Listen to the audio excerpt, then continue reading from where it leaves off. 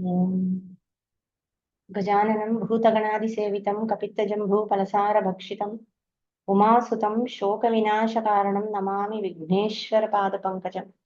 कूजन्तं राम रामेति मधुरं मधुराक्षरम् आरुह्य कविताशाखां वन्दे वाल्मीकिकोकिलं।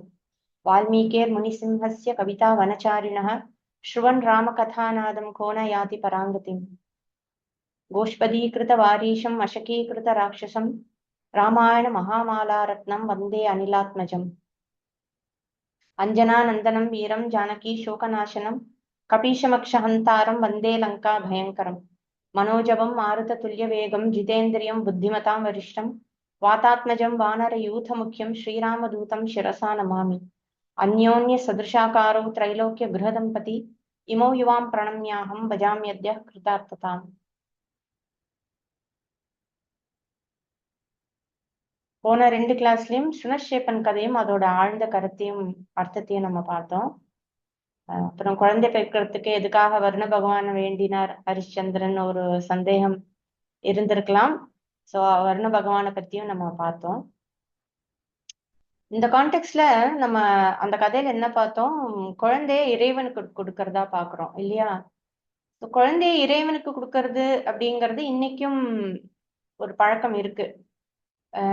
ஒரு சிலர் குழந்தை பிறந்து ஒரு 4 மாசம் ஆனதும் தெய்வத்துக்கு வந்து சிம்பாலிக்கா கொடுக்கறதுன்னு சொல்லுவாங்க. சிம்பாலிக்கா எடுத்துன்னு போய் சுவாமிக்கு இது உன்னுடைய குழந்தை அப்படின்னு சொல்லிட்டு திருப்பி எடுத்துன்னு வருவாங்க ஆஃப்கோர்ஸ் வீட்டுக்கு. குருவாயூர்லயும் இந்த நடை தள்ளுதல், நடை இருத்தல் அப்படின்னு ஒரு சடங்கு இருக்கு. அதாவது குழந்தைக்கு ரொம்ப உடம்பு முடியாம போனா, இல்லைன்னா டாக்டரால வந்து அந்த குழந்தைக்கு என்ன ப்ராப்ளம் இருக்குன்னு கண்டுபிடிக்க முடியல, அந்த மாதிரி இருந்தா, இல்ல உயிருக்கு ஆபத்தான நிலை, அந்த மாதிரி எல்லாம் ட்ரீட்மெண்ட் கொடுத்தும் உடம்பு சரியில்லை, அந்த மாதிரி எல்லாம் இருக்கிற நிலையில அந்த குழந்தையோட அப்பா அம்மா அந்த தன்னுடைய சொந்தக்காரங்களோட போய் அந்த குழந்தைய குருவாயூர் சந்நிதியில பகவான் சந்நிதியில விட்டுடுவாங்க. அது அப்பா இல்லைன்னா அம்மா, அப்பா அம்மா சேர்ந்து போவாங்க, இல்ல அப்பா இல்லைன்னா அம்மா, அம்மா இல்லைன்னா அப்பா, யாராவது கூட்டிட்டு போய் குழந்தைய அந்த மாதிரி விடுவாங்க. அர்த்தம் என்னன்னா, இந்த குழந்தை இனிமே என்னோடது இல்லை, இது கிருஷ்ணருடைய குழந்தை, இந்த குழந்தைய நான் உனக்கு கொடுத்துட்டேன் அப்படின்னு சொல்லிட்டு திரும்பி பார்க்காம நடந்து வந்துருவாங்க.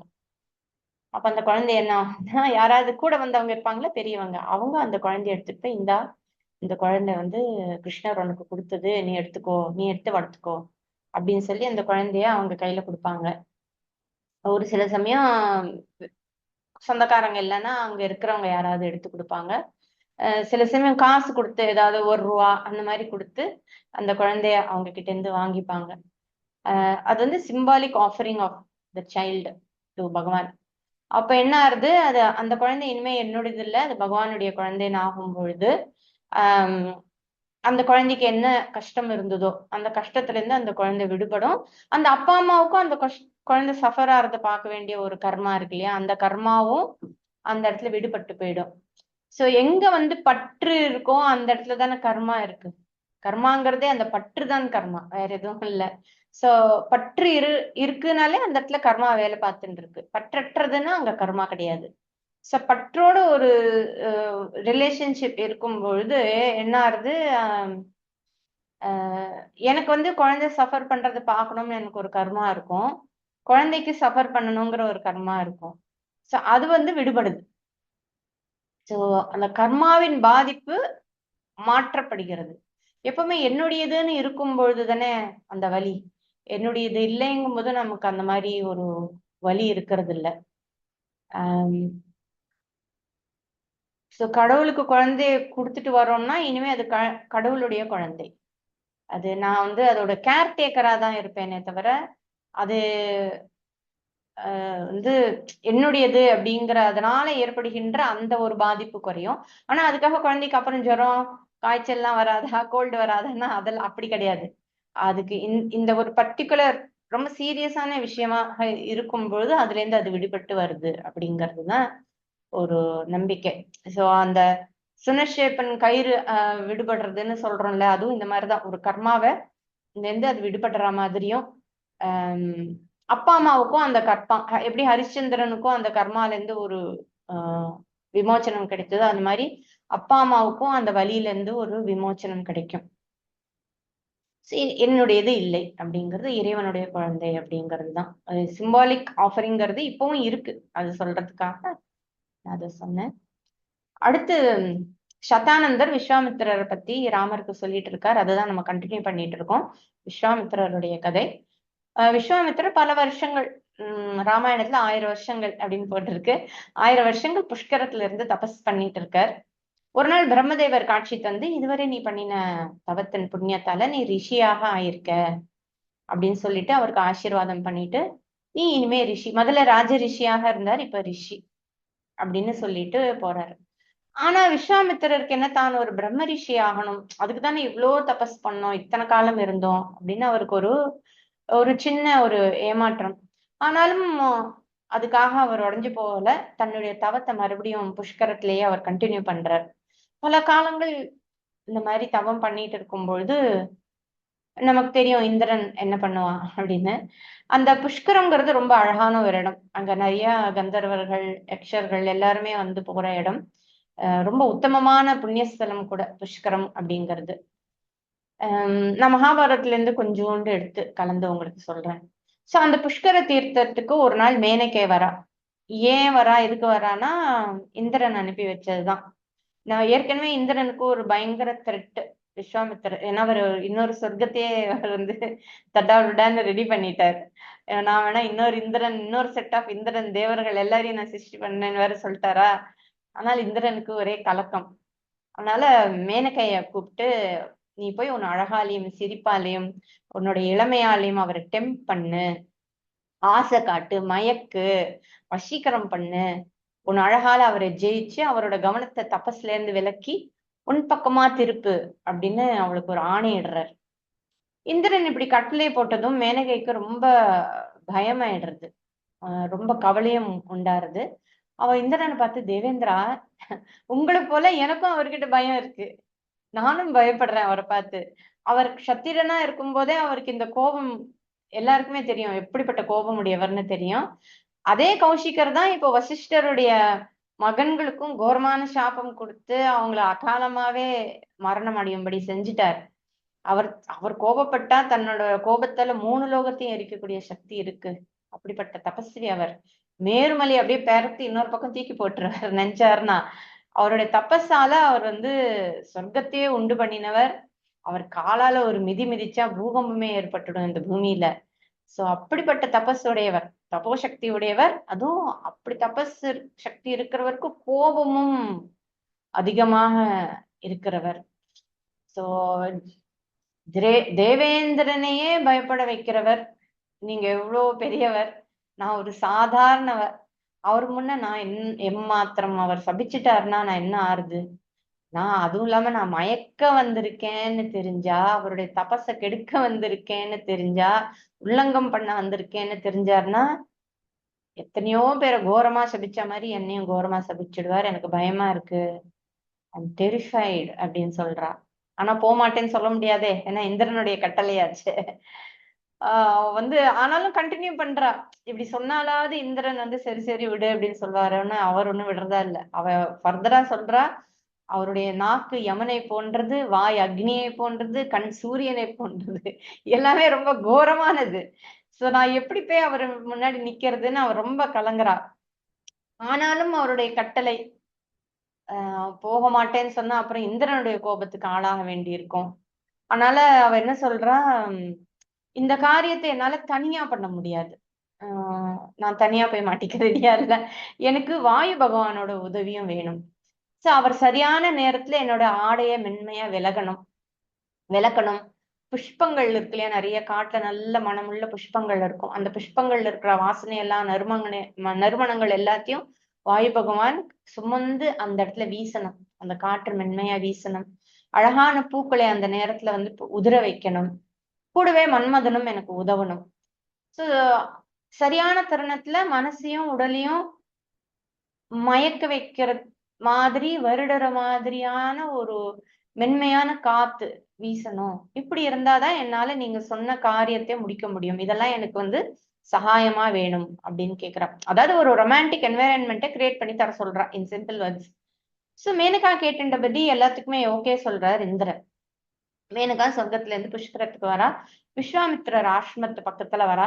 அங்க அவர் இருக்கிறதை பார்த்துட்டு she started moving very gracefully. அவர் கண்ணில் படுற மாதிரி அப்படியே நடந்து போறா. அந்த சமயம் கரெக்டா அவ கேட்டுண்டபடியே வாயு பகவான் அவளுடைய மேலாடையை விளக்க, அது பறக்க, அவ அந்த வஸ்திரத்தை நீங்க சினிமால எல்லாம் பார்த்திருப்பீங்க, துப்பட்டா பறந்தா அப்படியே பின்னாடி போற மாதிரி, அந்த மாதிரி எல்லாம் அவ போறா. லைக் பிளேஃபுல்லி அவர் கண்ணு முன்னாடியே வேணும்னே வந்து தன் உடல் அசைவை காட்டுறதுக்காகவும் உடலை காட்டுறதுக்காகவும் ஆஹ் அவ அந்த மாதிரி போறா. ஒரு விளையாட்டு துள்ளல், சிரிச்சுக்கிட்டு போறது, அப்படியே அதை பிடிக்கிறதுக்காக ஓடுறா. நீங்க சினிமால இதெல்லாம் பார்த்திருப்பீங்க, அப்படியே போறது, அவங்க வேணும்னே அவங்க முன்னாடி நெளியறது பண்றது எல்லாம். அதேதான் டிட்டோ, அப்படியேதான். சரி, எல்லாமே விஸ்வாமித்திரர் கண்ணு முன்னாடியே நடக்குது. விஸ்வாமித்திரர் மேனகையை பாக்குறார். அவருக்கு அப்படியே அந்த கருமேகத்து நடுவுல மின்னல் போல மேனகையோடைய அழகு அவர் கண்ணுல படுறது. அவளுடைய அந்த ஃபிளாலெஸ் பியூட்டின்னு சொல்லுவோம்ல, அந்த அழகு, மேலழகு, உடல் அழகு, அசைவு, அவளுடைய சிரிப்பு, அவளுடைய கண்கள் எல்லாமே அவரை வந்து மயங்க வைக்கிறது. அவர் மேனகையை பார்த்து, ஹே மேனகா, எனக்கு உண்மையில எனக்கு காமத்தால மோகம் ஏற்பட்டிருக்கு அப்படின்னு ஒரு மயக்கத்துல அவர் அத சொல்றார். நீ இந்த ஆசிரமத்திலேயே என்னோட இருந்துடு, என் உள்ளத்தை நீ குளிர வச்சு எனக்கு அருள் பண்ணணும் அப்படின்னு சொல்லி அவகிட்ட வேண்டிக்கிறா, நீ என் கூடயே இருந்துடு அப்படின்னு சொல்லி. மேனகாவுக்கும் வந்த வேலை முடிஞ்சது, அப்பாடா நல்ல வேலை, சாபங்கீபம் எதுவும் கிடைக்கலன்னு சொல்லிட்டு அவளும் விஸ்வாமித்திரருடைய அங்க இருந்துடுறார். அவளோட ஆசைக்கு இணங்கி அவளும் தங்கிடுறா. இந்திரன் எதிர்பார்த்த மாதிரியே மேனகா அவருடைய தவத்தை ஒரு தவத்துக்கு ஒரு பெரிய இடையூறா இருக்கா.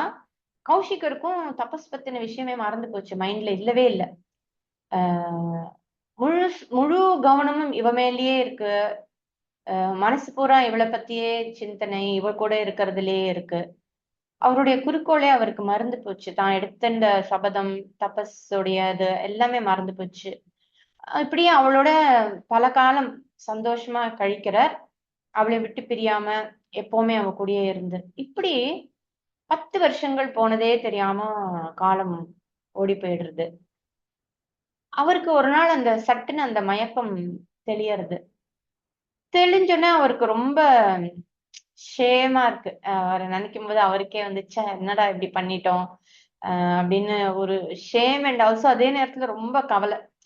ரொம்ப மனசு ரொம்ப நொந்து போறாரு. இப்படி காம வசப்பட்டுட்டோமே, இப்படி என்னுடைய தபஸ் வந்து கெட்டு போச்சே, என்னுடைய தப்போ பலமும் குறைஞ்சு போச்சே, ஆஹ் என்னுடைய தவத்தை நாசம் பண்றதுக்காக இந்திரன் மற்றும் தேவர்கள் எல்லாம் பண்ணின சூழ்ச்சிங்கிறத இப்படி நான் தெரிஞ்சுக்காம புத்தி தடுமாறி போயிட்டேனே அப்படின்னு ரொம்ப வருத்தப்படுறாரு.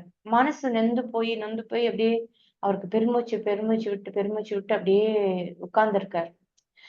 அவருக்கு தெளிவு வந்தது தெரிஞ்சோடனே ரம்பைக்கு உடம்பெல்லாம் மேனகைக்கு உடம்பெல்லாம் நடுங்க ஆரம்பிக்கிறது. அவளுக்கு பேச்சே வரல.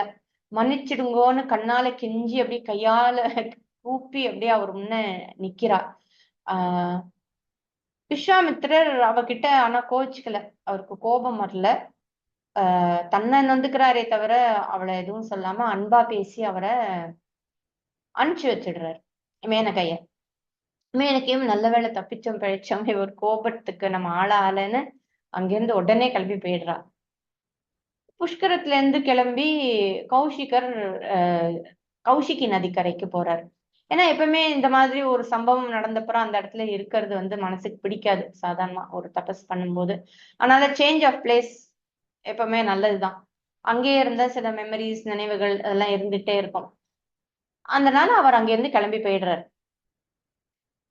ஆக்சுவலி இது ராமாயணத்துல இல்ல, ஆனா அவங்க எல்லாருக்குமே தெரிஞ்சதுதான். இந்த எபிசோடுக்கு அப்புறம் தான் மேனகைக்கு ஒரு பெண் குழந்தை பிறக்கிறது. அந்த குழந்தைய மேனகா கண்வ முனிவர் ஆசிரமத்துக்கிட்ட விட்டுட்டு போறா. அந்த குழந்தைய சகுந்த பறவைகள்லாம் காப்பாத்தி வச்சுட்டு இருந்ததால கண்வ மகரிஷி அவளுக்கு சகுந்தலான்னு பேரை வைக்கிறார். இது வந்து எக்ஸ்ட்ரா அந்த ஸ்டோரியை கம்ப்ளீட் பண்றதுக்காக.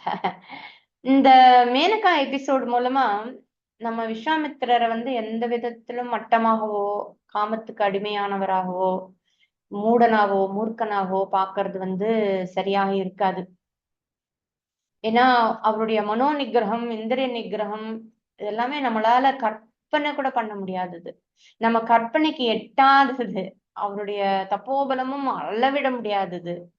இந்திரனுக்கே பயமா இருக்குன்னா அவர் எப்படிப்பட்ட தபஸ்வியா இருப்பார் இல்லையா? சோ ஒரு சொர்க்கத்தையே சிருஷ்டி பண்ற அளவுக்கு அவருக்கு தப்போபலம் இருக்கு. அவருடைய டிட்டர்மினேஷன், கமிட்மெண்ட், வைராகியம் பத்தி எந்த சந்தேகமும் கிடையாது. எத்தனை தடவை வந்தாலும் அதுல இருந்து அவர் மேல மேலதான் வர்றார். இது இந்த ஆன்மீகத்துல இருக்கிற எல்லாருக்குமே கத்துக்க வேண்டிய ஒரு பாடம் தான். ஆன்மீக வாழ்க்கையிலும் தடை வரத்தான் செய்யும். மற்ற விஷயங்களுக்குன்னு இல்லாமன்னா ஆன்மீகத்திலயும் தடைகள் வரும். அந்த சமயத்துல நம்மள நாமே ரொம்ப நொந்துக்க கூடாது. we have to be patient with ourselves.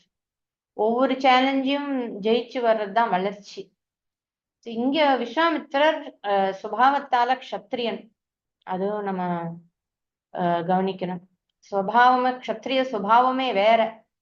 ரொம்ப கோபம், ரஜோகுணம், கோபமும் அதிகாரமும் இருக்கிற அதுவும் ராஜாவாக இருந்தவர் வேற இல்லையா?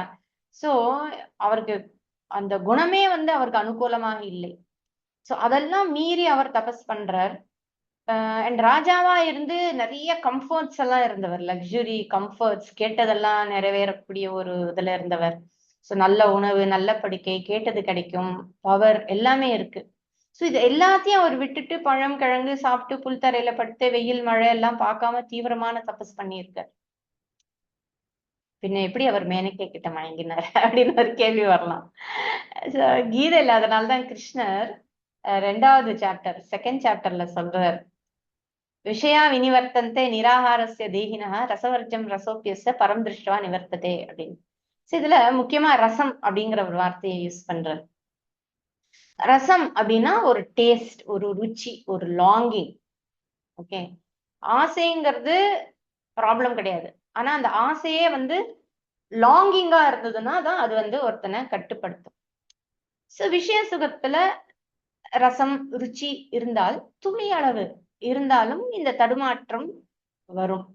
நம்ம பாக்குறோம்ல மூவி, ஒரு பொலிட்டிஷியனை மயக்கணும்னா அவனுக்கு பணத்துல வீக்னஸா, ஃபேமிலியில வீக்னஸா, இல்ல ஆல்கஹால்ல வீக்னஸா, பெண்கள் கிட்ட வீக்னஸான்னு பாப்பாங்க இல்லையா? அந்த எது லாங்கிங் இருக்கோ அதுதான் வீக்னஸ். அதை வச்சு ஒருத்தரை மடக்க பார்ப்பாங்க. சோ இந்த ரசம் லாங்கிங் வருது, அந்த மாதிரியான ஒரு வீக்னஸ் தான். இந்திரியங்களுக்கு இந்த லாங்கிங் கிடையாது. நம்ம கண்ணு, காது, மூக்கு, கை, உடம்பு இருக்குல்ல, அதுக்கு எந்த லாங்கிங்கும் கிடையாது. அது ஜடம்தான். நான் ஒண்ணு அந்த உடம்புல இல்லைன்னா அது உடம்பு வெறும் ஜடம்தான். சோ இப்ப சிலர் சொல்லுவாங்க, நாக்கு காஃபி கேக்குது, நாக்கு ஸ்வீட் கேக்குது அப்படின்னு சொல்லுவாங்க. சோ நாக்கு கேட்காது. கேட்கறது நாக்கு இல்ல, நாக்குக்கு சொந்தக்காரன் ஒருத்தன் இருப்பான் இல்லையா, அவன் கேட்கறது தான் இது, அந்த ஆள் கேட்கறது தான். அதனாலதான் நம்ம சொல்லுவோம், ஒரு விஷயத்துல இருந்து விலகி இருக்கிறதுனால அதுல இருந்து ஆசை போயிடுதுன்னு சொல்ல முடியாது. அந்த விஷயத்துல இருக்கிற ஏக்கம் போனால்தான், அந்த விஷயத்துக்கு நடுவுலயே இருந்தாலும் கூட அது நம்மள கட்டுப்படுத்தாது. இப்ப ஸ்வீட் அடிக்ஷன் இருக்கிறவங்க ரொம்ப நாளா நோ சொல்ல முடியாது. டயட்ல இருன்னா எவ்வளவு நாள் இருக்கும், டயட் எப்படா முடிப்போன்ட்டு டப டப டபான்னு ஸ்வீட் சாப்பிட ஆரம்பிப்பீங்க. காரணம் என்னன்னா அதுல ஒரு ருச்சி, ஒரு லாங்கிங் இருக்கு. அது ஏதோ ஒரு நிறைவை தருது இல்லையா? அது ஒரு நிறைவு கொடுக்கறதுனால்தான் அதை தேடி போக தோன்றுது. அதனால உள்ளுக்குள்ள, அதாவது மனசுக்குள்ள ஒரு லாங்கிங் இருக்கிறதுனால ஒரு ரசம், கீதையில பகவான் யூஸ் பண்ற வேர்டு ரசம். அந்த ரசம் டேஸ்ட் இருக்கிறதுனால அந்த டேஸ்டுக்கு ஒரு முக்கியத்துவமும் இருக்கு. அதுக்கு ஒரு முக்கியத்துவம், ஒரு வேல்யூ, ஒரு இமோஷனல் வேல்யூ இருக்கு. அது இருக்கிறதுனால அதை பத்தி கேட்கும் பொழுதோ, அதை பார்க்கும் பொழுதோ அது நம்மளை நாட வைக்கும், அதை தேட வைக்கும். அது நம்ம கிட்ட வந்ததுன்னா நம்ம அதை எடுத்துப்போம். சோ கண்ணெதற்கு ஸ்வீட் இருந்தாலும் அதை நம்ம பாதிக்காத அளவுக்கு ஒருத்தருக்கு ஆரோக்கியத்தை பத்தின தெளிவு இருக்கணும். கரெக்ட் இல்லையா? அந்த தெளிவு இருந்துருச்சுன்னா நம்மளை சுத்தி எல்லாரும் ஸ்வீட் சாப்பிட்டாலும், ஸ்வீட் பண்ணிட்டே இருந்தாலும் நம்ம அதனால பாதிக்கப்பட போறது இல்ல.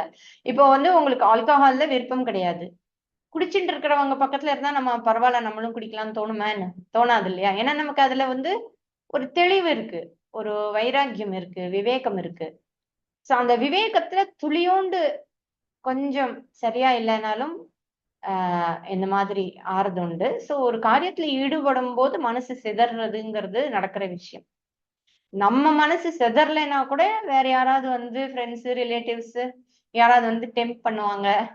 இல்லைன்னா ஏதாவது வேணும்னே நம்மள வந்து டிஸ்கரேஜ் பண்ணுவாங்க. ராமாயணம் கேட்டு என்ன பண்ண போற? திரும்ப திரும்ப கேட்ட ராமாயணத்தையே கேட்டுட்டு இருக்க. கட் பண்ணிட்டு வா, கிளாஸ கட் பண்ணிட்டு வாம்பாங்க. கேட்டு என்ன பிரயோஜனம்? புதுசா என்ன இருக்கு அதுலம்பாங்க. கீதை உனக்கு எதுக்கு கீதை? தெரிஞ்சு என்ன பண்ண போற? அப்படின்னு கீதை தெரிஞ்சாலும் அதையும் வந்து டிஸ்கரேஜ் பண்ணுவாங்க. சின்ன வயசுல படிச்சா இப்பவே எதுக்கு படிக்கிற? சின்ன வயசு தானேம்பாங்க. சரி வயசான அப்புறம் படிச்சு என்ன பிரயோஜனம்? தான் வயசாயிடுச்சு இல்ல அப்படின்னு சொல்லுவாங்க. சோ ஏதோ ஒண்ணு சொல்லி நம்ம படிக்கணும்னு நினைக்கிறத விட கெடுத்துட்டே இருப்பாங்க. சோ நம்ம நம்ம திருடமா இல்லைன்னா அதுல இருந்து நம்மளும் ஆமாமா இல்ல என்ன பண்ண போறோம்? என்னத்த பண்ணி என்ன போறோம் அப்படின்னு ஆயிடும். சோ எப்படியாவது உங்களை அதுல இருந்து இழுக்கிறது ஒரு சிலருடைய கோலா இருக்கும். ஏன்னா அவங்களால அது பண்ண முடியல. அதனாலதான் ஒரு கோலோடு இருக்கிறவங்க அவங்கள மாதிரி எண்ணம், அவங்கள மாதிரி குறிக்கோள் இருக்கிற சர்க்கிள்லயே இருக்கணும். சர்க்கிள்லயே இருப்பாங்கன்னு கூட. அதனாலதான் முனிவர்கள் வந்து தபஸ் பண்றதுக்கு டிஸ்டர்பன்ஸ் இல்லாத, டிஸ்ட்ராக்ஷன் இல்லாத இடமா ஊரை விட்டு வெளியே இருப்பாங்க. அவங்கள மாதிரியே சிந்தனை இருக்கிறவங்களோட இருப்பாங்க.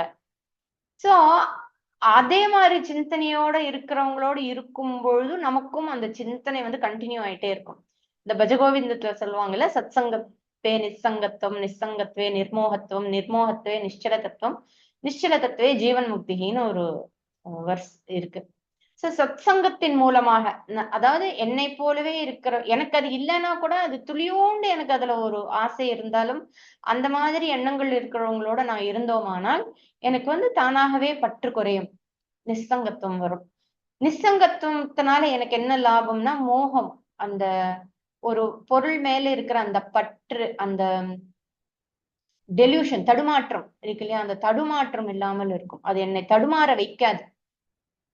பற்றற்று போகும்போது தடுமாற வைக்காது. சோ அந்த மயக்கம் மோகம் போனதால என்ன ஆகும்?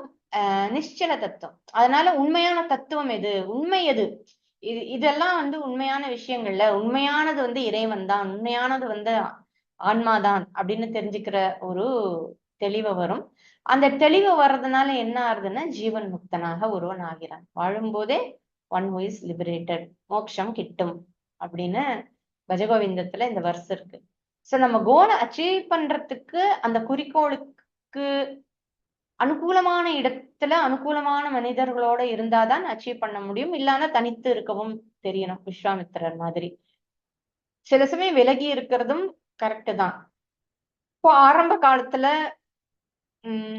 எனக்கு எதுலயாவது ஒரு அடிக்ஷன் இருந்தா அதுல இருந்து விலகி இருக்க எனக்கு அதை பத்தின யோசிச்சு தெளிவு வர்றதுக்கு ஒரு ஆப்பர்ச்சுனிட்டி கிடைக்கும். சோ ஆரம்பத்துல அது என்னை மனசு சிதற விடாம ஒரே விஷயத்துல ஃபோக்கஸ் பண்றதுக்கு, பக்குவப்படுறதுக்கு உதவும். ரெண்டாவது விலகி இருக்கிறதுங்கிறது இப்பதான் பக்குவப்பட்டாச்சு, இனிமே அங்க இருந்து என்ன பண்ண போறோம் அப்படிங்கிற ஒரு விலகல். அந்த விலகல் வந்து பிசிக்கலா இருக்கணும்னு அவசியம் இல்லை. ஃபர்ஸ்ட் டைம் வந்து பிசிக்கலா இருக்க வேண்டி இருக்கும். ரெண்டாவது வர்ற விலகல் வந்து பிசிக்கலாவும் இருக்கலாம், இல்ல அதுக்கு மத்தியில இருந்தும் நான் அதுல பற்றுப்படாமல் இருக்கலாம். இது வந்து எப்பவுமே இந்த மாதிரியான விலகி இருத்தல்ங்கிறதும் ஒரு சில இடங்கள்ல நல்லது. சோ இந்த வசிஷ்டரோட ஆசிரமத்தை விஸ்வாமித்திரன் நாசம் பண்ணினார் அப்படின்னு பார்த்தோம் இல்லையா. அந்த ஆசிரமம் வந்து அவருக்கு ஏன் அவ்வளவு கோபம் வந்தது வசிஷ்டருக்குன்னா, அந்த இடம் அப்படியான ஒரு அனுகூலமான ஒரு இடமா அவர் வந்து ரெடி பண்ணி வச்சிருந்தார். இன்னைக்கும் நம்ம பார்த்தோம்னா ஒரு மன சஞ்சலம் இல்லாம இருக்கணும், கொஞ்சம் அமைதி வேணும், ஒரு பிரேக் வேணும் அப்படின்னாலே எல்லாரும் ஏதாவது ஒரு ஆசிரமத்துக்கு போகணும்னு தான் ஆசைப்படுறாங்க. கரெக்டா? ஒரு ஒரு முக்கியமா ஆன்மீகத்துல வளர விரும்பவங்களுக்கு ஆசிரமம் ஒரு சரியான இடம். ஆஹ் ஆன்மீக விஷயம் நாடணும் அப்படின்னு மனசுல இருக்கும். ஆனா அந்த இச்சை வந்து அதோட இச்சையினுடைய வலிமை இருக்கு இல்லையா, ஆன்மீகத்துக்கு போகணும் அப்படிங்கிற அந்த ஆசையினுடைய வலிமை வந்து என்ன ஆகும்னா மத்த விஷயங்கள் வந்து அதை அமுக்கிடும். மத்த அது வந்து இந்த ஆசை வந்து பலகீனமான ஆசையாக மாறிடும். அந்த மாதிரி இருக்கும்போது அது பலகீனமாகாம இருக்கிறதுக்கு ஒரு ஆசிரமத்துக்கு போய் ஒரு வீக்கெண்ட் இருக்கிறது, இல்லைன்னா ஒரு வாரம் இருக்கிறது, இல்லைன்னா ஒரு 10 நாள் இருந்து வரும்போது அந்த ஆசை வந்து ஸ்ட்ராங்கா இருக்கும். அது வந்து பலகீனமாகாமல் அப்படியே இருக்கும். இந்த அரணிமத்தனம் அப்படின்னு கேள்விப்பட்டிருக்கீங்களா? அக்னிமத்தனம் அப்படின்னு சொல்லுவாங்க. ஆஹ் எப்படி வந்து தயிர்ல இருந்து வெண்ணெய் கடையிறோமோ அதே மாதிரி மரத்துல இருந்து கடைஞ்சி கடைஞ்சி கடைஞ்சி நெருப்பு எடுப்பாங்க. அதுக்கு வந்து இந்த யாகம் பண்ணும்போது மேட்ச் பாக்ஸோ இல்லைன்னா கற்பூரமோ யூஸ் பண்ண மாட்டாங்க. ஆஹ் அந்த மாதிரி இயற்கையாக செய்யப்பட்ட அக்னியை எடுத்துதான் அந்த யாகம் பண்ணுவாங்க. அதுக்குன்னே ஒரு டூல் உண்டு. அந்த டூலுக்கு பேர் தான் வந்து அரணி அப்படின்னு சொல்லுவாங்க. அரணி மத்தனம் அப்படின்னு சொல்லுவாங்க. அந்த அது அரச மரத்தால ஆனதுன்னு சொல்றது உண்டு. அதுக்கு கீழே ஒரு கட்டையும் மேல ஒரு கட்டையும் உண்டு. அதுக்கு சில டைமென்ஷன்ஸும் உண்டு. என்ன அளவுல இருக்கணும், என்ன கனத்துல இருக்கணும் அப்படிங்கறதெல்லாம் அதுக்கு உண்டு. சோ ஒரு கீழே ஒரு கட்டை இருக்கும். அதுக்கு பேரு ஆதார அரணின்னு பேரு. அது வந்து சப்போர்ட்டிங் அரணி. அது அஸ்வத்த மரத்தால் ஆனது. அதுல வந்து குழி இருக்கும். ஒரு குழி 2 குழி அந்த மாதிரி ஏதோ கணக்கு உண்டு. 2ஆ 3ஆ அப்படின்னு கணக்கு வச்சிருப்பாங்க. அந்த குழிக்கு பேர் வந்து தேவ யோனின்னு பேரு. அதாவது கர்ப்பஸ்தானம் அப்படின்னு பேரு. அதுதான் சோர்ஸ், அக்னி வரத்துக்கான கர்ப்ப சோர்ஸ் அப்படிங்கறதுனால. மேல வந்து ஒரு மத்து மாதிரி ஒண்ணு வச்சிருப்பாங்க. அது தனியா தான் இருக்கும், அட்டாச்சா இருக்காது. அந்த மத்துங்கிறது வந்து உத்தர அரணின்னு பேரு. அது வந்து வன்னி மரத்தால செய்யப்பட்டது. எப்படி வெண்ணெய கடைய கயிறு போட்டு திரிப்பாங்களோ அது மாதிரி இந்த மரத்திலயும் வந்து கயிறு கட்டி அந்த மேல இருக்கிற மத்து மாதிரி இருக்கிறத கீழே இருக்கிற ஆதார அரணியில வச்சு கடைவாங்க. அந்த பள்ளத்துல அந்த குழியில வச்சு 2 பக்கமும் அந்த 2 கட்டையும் அப்படியே உரச உரச உரச உரச நெருப்பு வரும். கடையறதும் அவ்வளவு சுலபம் இல்லை. ரொம்ப அப்படியே விகரஸா அப்படியே கடையணும். ஃபோர்ஸ்ஃபுல்லா. அது எங்கேயாவது வீடியோ இருக்கும், எடுத்து பாத்தீங்கன்னா தெரியும். ரொம்ப விகரஸா அதை கடையணும். அதை கடையும் போது முதல்ல புகையா வரும், அதுக்கப்புறம் ஸ்பார்க் வரும். அந்த அந்த ஸ்பார்க் வந்து பஞ்சுல வாங்கி பக்கத்துல வந்து ஒரு தாம்பாளத்துல இந்த தென்னை மட்டை நார் இருக்கு இல்லையா, அந்த நார் எல்லாம் வச்சு மேல பஞ்செல்லாம் வச்சு துளி நெய்யும் விட்டுருப்பாங்க. இந்த இந்த பஞ்சுல வாங்கின அந்த நெருப்பை கொண்டு போய் அந்த நெருப்புல வச்சு குழலால ஊதி ஊதி ஊதி ஊதி மெதுவா அதை பெருசாக்கணும்.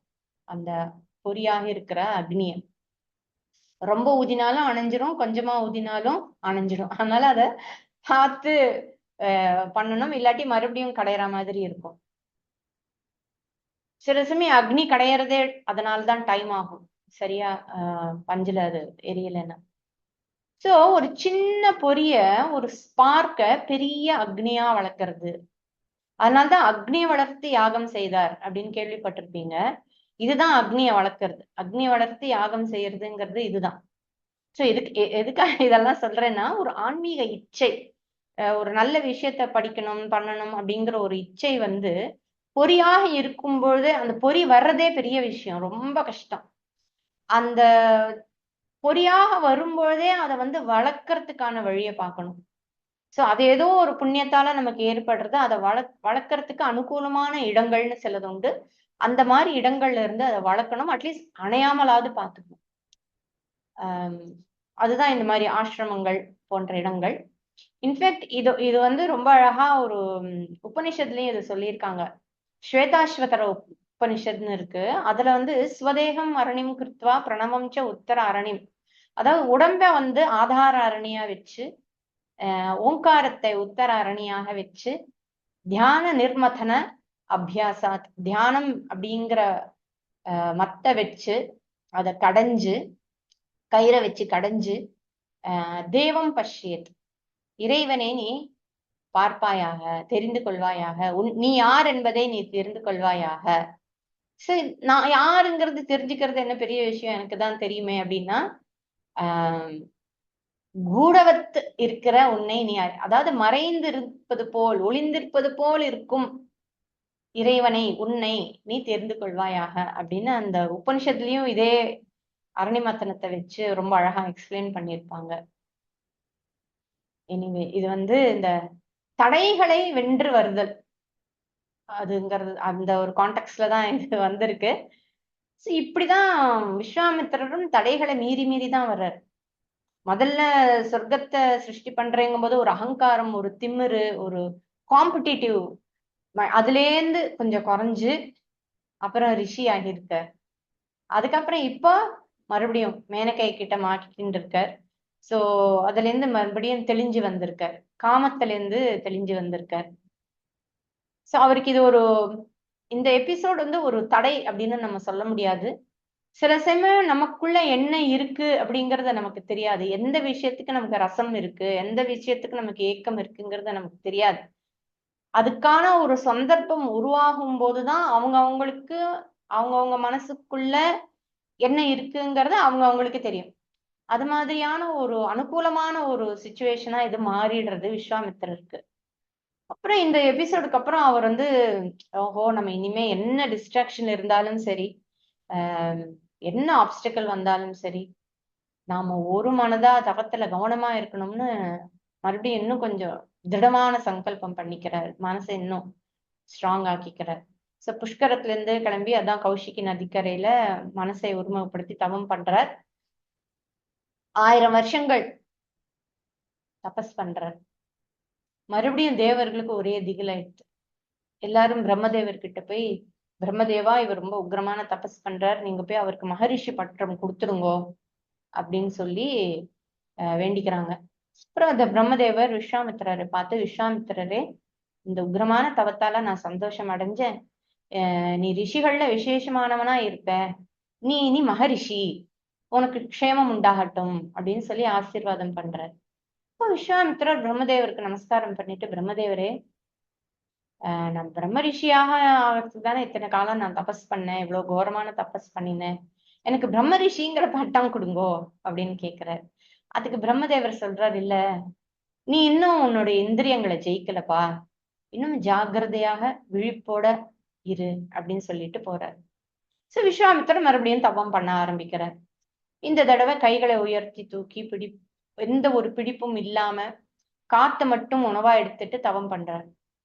கோடை காலத்துல பஞ்சாக்னி தபஸ் பண்றார், மழை காலத்துல மழையில நின்னு தபஸ் பண்றார், குளிர்காலத்துல தண்ணியில நின்னு தபஸ் பண்றார்.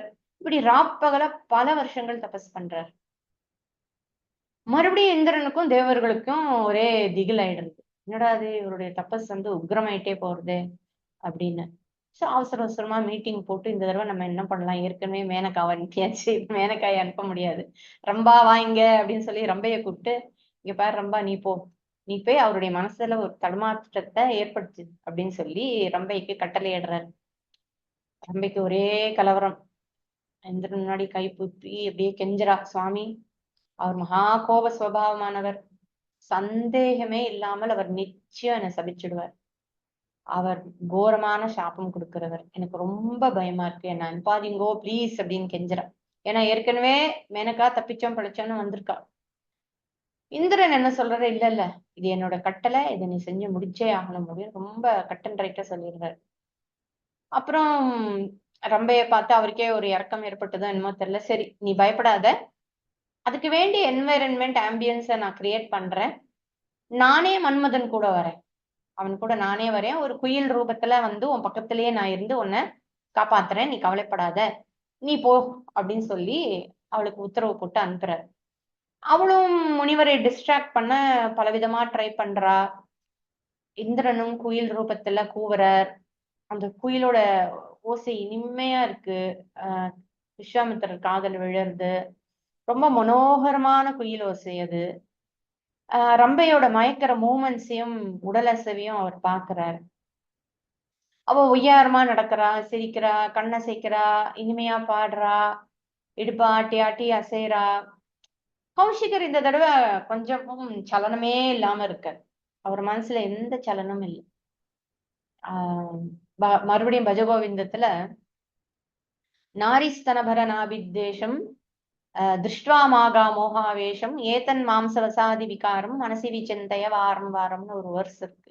அப்கோர்ஸ் பஜகோவிந்தம் அப்புறமா வந்தது, இது வந்து எல்லாருக்கும் தெரிஞ்சதால நான் இதை எடுத்து சொல்றேன், இது விஸ்வாமித்தர் படிச்சாருங்கிறதுக்காக இல்ல.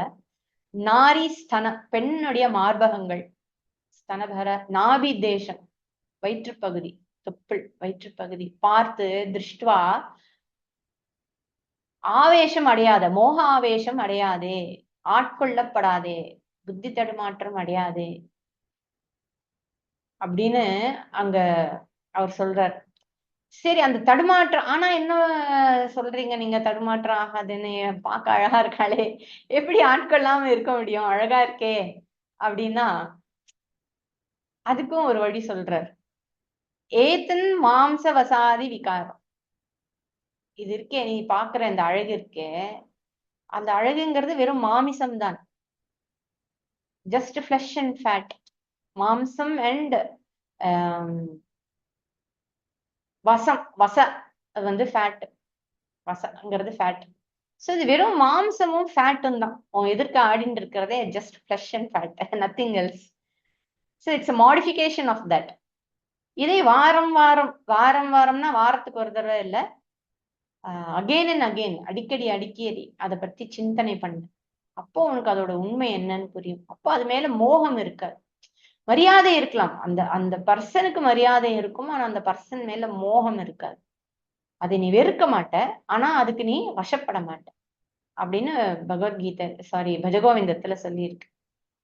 சோ விஸ்வாமித்திரர் இந்த உண்மையை ஆழமா புரிஞ்சின்றவர்.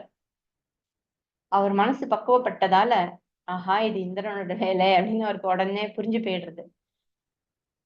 உடனே ரம்ப மேல கோபப்பட்டுடுறார்.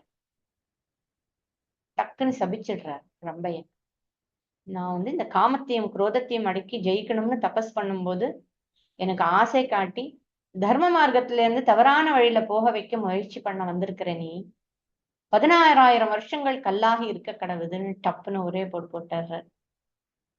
எப்ப வசிஷ்டர் வந்து உன்னை இந்த சாபத்துல இருந்து விடுவிப்பாரோ அப்பதான் உனக்கு இந்த கோரமான சாபத்துல இருந்து விமோச்சனம் அப்படின்னு சொல்லிடுறாரு. இதை கேட்ட மன்மதனும் இந்திரனும் அங்கிருந்து அடிச்சுக்கோ பிடிச்சுக்கோன்னு ஓடி போயிடுறாங்க, பயந்து போய். இந்த தடவை அவர் ரம்பை கிட்ட மயங்கல. காமம் இல்ல, மோகம் இல்ல, காம வசப்படல, ஆனா குரோத வசப்பட்டுட்டார்.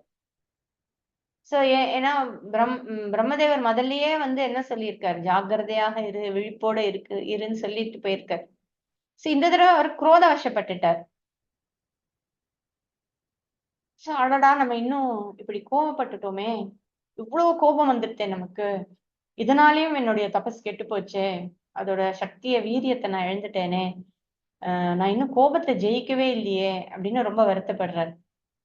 அந்த கோபத்தினுடைய பலனாக எதிரில இருக்கிற ரம்பையும் அவருடைய கோபத்துக்கு ஆளாகிடுறான். அவ பாவம் கல்லாயிடுறான். லேட்டர் ஆன் அப்கோர்ஸ் அவளுக்கு சாப விமோச்சனம் கிடைக்கிறது. இப்படி கோபத்தால தன்னுடைய கோபத்தால தன்னுடைய தபஸ் அழிஞ்சதையும் இந்திரியங்களையும் மனசையும் தன் வசத்துல இன்னும் கொண்டு வராததையும் நினைச்சு அவர் ரொம்ப துக்கப்படுறார். அப்புறம் மறுபடியும் ஒரு சங்கல்பம் பண்ணிக்கிறார். எத்தனை காலம் ஆனாலும் சரி பரவாயில்ல, கோபத்திற்கு நான் இனி இடம் கொடுக்கவே மாட்டேன். இனிமே நான் பேசவே மாட்டேன், நான் மௌன விரதம் தான் இருக்க போறேன். அது மட்டும் இல்லாம மூச்சு காத்த வெளியவே விட மாட்டேன். அதாவது பிராணனை உள்ளே அடக்கி வச்சு பல வருஷம் தீவிரமான தபஸ் பண்ணுவேன். சாப்பிடவும் மாட்டேன், உண்ணாவிரதமும் எடுத்துக்கிறார். என்னுடைய தேகத்தை வெறுத்து எனக்கு பிராமணியம், அதாவது நீ வந்து பிரம்ம ரிஷி அப்படின்னு அவர் சொல்ற வரைக்கும் தீவிரமா தபஸ் பண்ணுவேன் அப்படின்னு சொல்லி, எந்த இடையூறு வந்தாலும் சரி நான் கலங்க மாட்டேன் அப்படின்னு சங்கல்பம் பண்ணி மகா கோரமான தபம் பண்றேன்.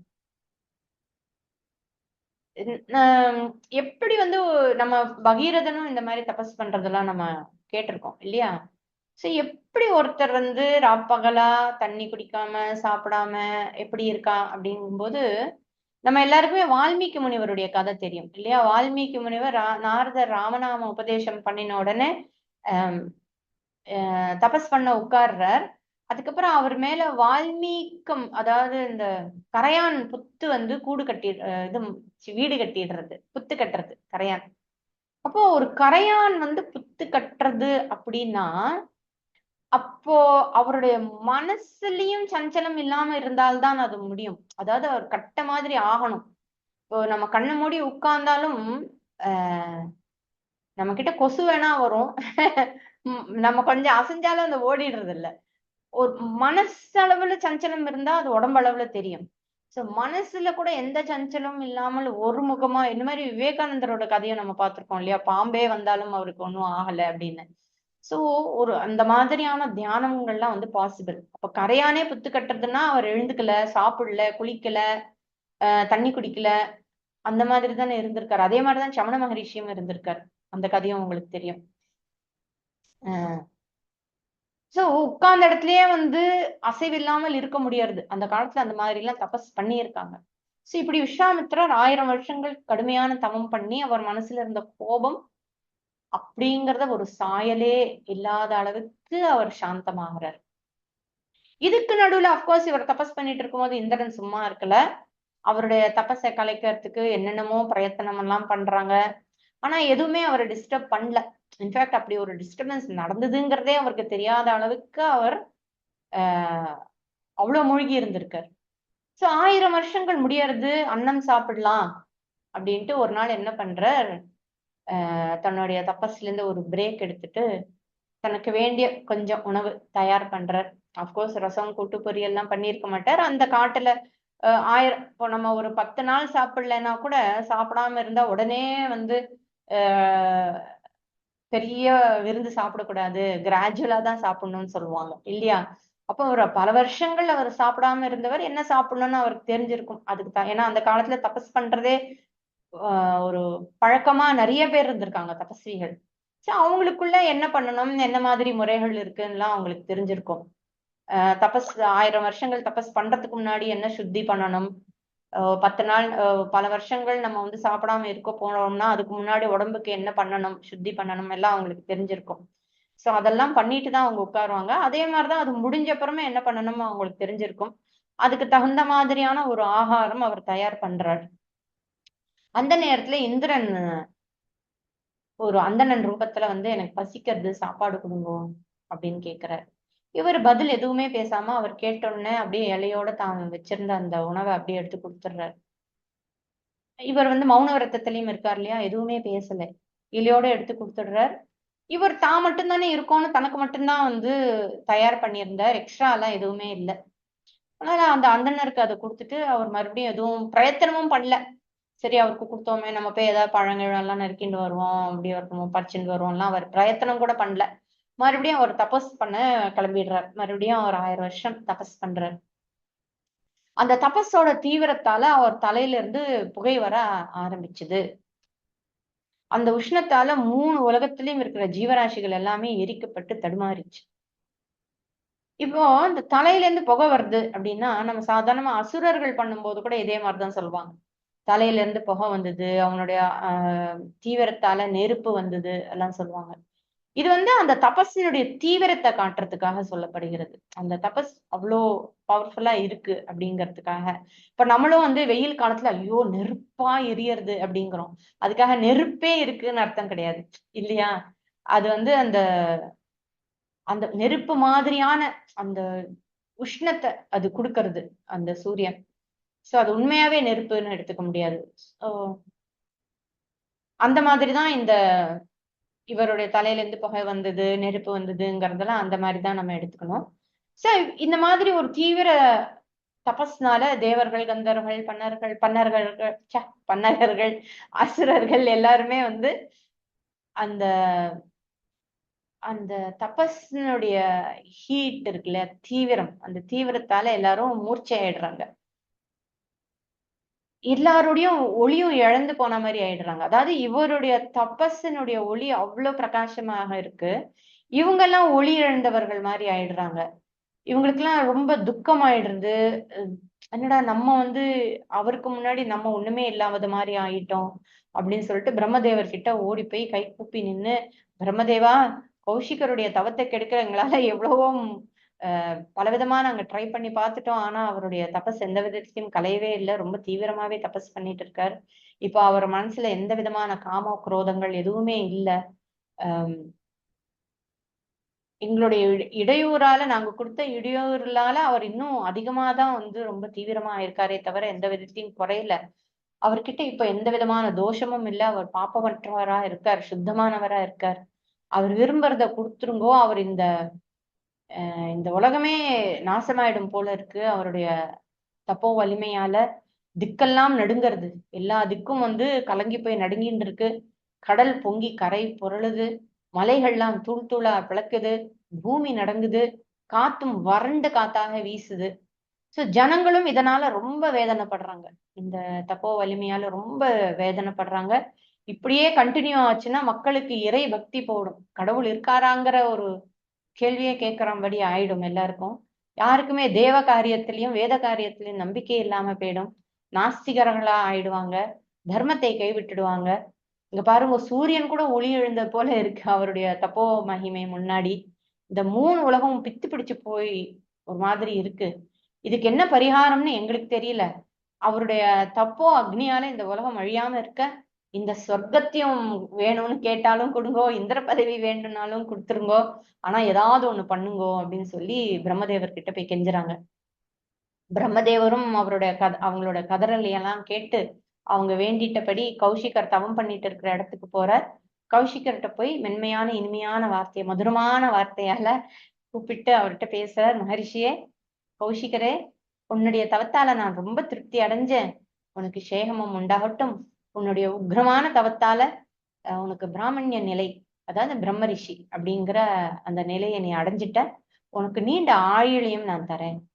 நீ எதுக்காக இந்த தவத்தை பண்ணியோ அந்த தவத்தினுடைய குறிக்கோள் நிறைவேறிச்சு. இனி நீ எங்க வேணாலும் சஞ்சாரம் பண்ணிக்கலாம். அதாவது இதுக்கு மேல நீ இவ்வளவு எல்லாம் உன்னை வருத்திக்க தேவையில்லை அப்படிங்கிற மாதிரி பிரியமா சொல்றார். இஷ்டப்படி எங்க வேணா போ அப்படின்னு.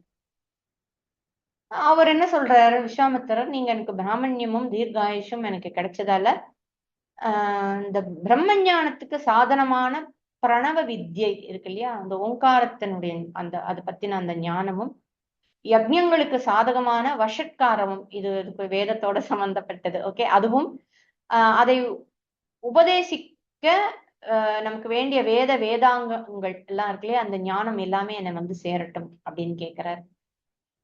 அதுவும் இல்லாம பிரம்மதேவருடைய மானச புத்திரரும் எல்லா வேதங்களையும் அறிந்தவருமான வசிஷ்டர் என்ன பிரம்ம ரிஷின்னு சொல்லணும். அவர் வந்து என்ன அங்கீகாரம் பண்ணிக்கணும். இது வந்து அகங்காரத்தால கேட்கல.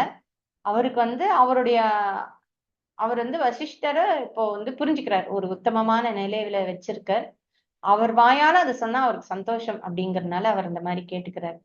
அவர் இப்படி கேட்டுனதும் தேவர்களும் போய் வசிஷ்டர் கிட்ட சொல்ல, வசிஷ்டரும் அப்படியே ஆகட்டும், இதுல என்ன இருக்கு அப்படின்னு சொல்லி ஆஹ் வசிஷ்டர் வந்து கௌஷிகர் கிட்ட வந்து, நீ பிரம்ம ரிஷிதான், அதுல எந்த சந்தேகமும் இல்லை, உமக்கு எல்லாம் கைகூடினதாக ஆகும் அப்படின்னு சொல்லி எல்லா ஞானமும் அவருக்கு வரும்படியாக வசிஷ்டரும் அவருக்கு ஆசீர்வாதம் பண்றார். சோ இப்படியாக சதானந்தர் ராமர் கிட்ட தர்மசீலரான விஸ்வாமித்திரர் உத்தமமான பிராமண நிலையை, பிராமணன் சொல்லும் போது இந்த இடத்துல பிராமண ஜாதி அல்ல, பிராமண வர்ணம் அல்ல, இந்த இடத்துல பிரம்மனை அறிந்தவன் பிராமணன். நம்ம கீதையிலையும் உபனிஷத்துலயும் சொல்லப்படுற அந்த ஆத்ம ஞானம் இருக்கு இல்லையா, அதை அடைந்தவர், அந்த நிலையை அடைஞ்சு பிரம்ம ரிஷியும் பிரம்ம ரிஷியாக ஆனார். மந்திர ஜபம் பண்றவங்கள்ல உத்தமமானவருமான இல்ல சாரி தப்பா சொல்றேன், பிரம்ம ரிஷியும் மந்திர ஜபம் செய்பவர்களில் உத்தமமானவருமான வசிஷ்டரை பூஜிக்கிறார். அதுக்கப்புறம் வசிஷ்டர் இப்படி சொன்னாலும் இவரும் வசிஷ்டரும் பிரம்ம ரிஷி தானே, அதனால அவருக்கு இவர் மரியாதை பண்றார், பூஜிக்கிறார். இந்த விஸ்வாமித்திரர் ராமா தவமே உருவானவர் அப்படின்னு சொல்லி விஸ்வாமித்திரரை பத்தி ராமர் கிட்ட சதானந்தர் ரொம்ப பெருமையா எடுத்து சொல்றார். ஜனகர் இதுவும் கேட்டுட்டு இருக்கார். விஸ்வாமித்திரருக்கு தலை வணங்கி கை கூப்பி, நானும் இங்க இருக்கிற மத்த எல்லாருமே உங்களை பத்தி கேட்டதுல ரொம்ப சந்தோஷம். உங்களுடைய தபஸை பத்தி கேட்கறது வந்து மனசுக்கு கூட எட்டாதது. நீங்க பண்ணின தபஸ் வந்து எங்க மனசுக்கே எட்டாதுங்கிறாரு ஜனகரே மகா ஞானி, சரியா? ஆனா இந்த தபஸ்ங்கிறது வந்து எல்லாராலையும் பண்ண முடியாது அத்தனை சுலபமா. நீங்க பண்ணின தபஸ் எங்க மனசுக்கு எட்டாதது, கற்பனை செஞ்சும் பார்க்க முடியாதது, உங்க வலிமையும் அளவிட முடியாதது. உங்களை பத்தி இன்னும் கேட்கணும்னு தான் எனக்கு ஆசை, போதுங்கிற எண்ணம் வரல. ஆனா இப்ப சந்தியா காலம் வந்தாச்சு, அதனால தேவரீர் இங்க வந்து எழுந்தருளியது எங்களுக்கு ரொம்ப சந்தோஷம். நீங்க இந்த யஜ்ஞத்துக்கு வந்தது என்னுடைய பாக்கியம். நாளைக்கு காலையில நான் மறுபடியும் உங்களுக்கு சேவை செய்ய எனக்கு அருள் தரணும், என்னை இப்போ விடை கொடுத்து அனுப்பி வைங்கோ அப்படின்னு கேட்டுக்கிறார். சந்தியாவேளை ஆனதால எல்லாரும் போய் அவங்கவுங்க காரியம் பண்ணணும் இல்லையா? அதனால விஸ்வாமித்திரர் சரின்னு அவருக்கு உத்தரவு கொடுக்கிறார். எல்லாரும் அவருக்கு பிரதட்சிண நமஸ்காரம் பண்ணிட்டு அவங்கவுங்க இடத்துக்கு போறாங்க. விஸ்வாமித்திரர் ராமலக்ஷ்மணரோட தன்னுடைய குட்டியாவுக்கு போறார். அவர் ஏற்கனவே அந்த குட்டியாவை எப்படி செலக்ட் பண்ணியிருந்தார்? பக்கத்துல நீர்நிலை இருக்கிற இடமா பார்த்து தானே செலக்ட் பண்ணியிருந்தாரு. சோ அவரும் அங்க போய் சந்தியாவந்தனம் எல்லாம் பண்றதுக்காக தன்னுடைய சாயங்கால கர்மாவை முடிக்கிறதுக்காக போறார். இப்படியாக 65வது சர்க்கம் முடியறது பாலகாண்டத்துல. அடுத்த வாரம் ஆக்சுவலி என்ன நடக்கிறது, சீதை வராளா என்னங்கிறத நம்ம பார்க்கலாம். ஓம் பூர்ணமதః பூர்ணமிதம் பூர்ணாத் பூர்ணமுதச்யதே பூர்ணஸ்ய பூர்ணமாதாய பூர்ணமேவாவசிஷ்யதே. ஓம் சாந்தி சாந்தி சாந்தி. ஹரி ஓம் ஸ்ரீ குருभ्यो நமः. ஹரி ஓம்.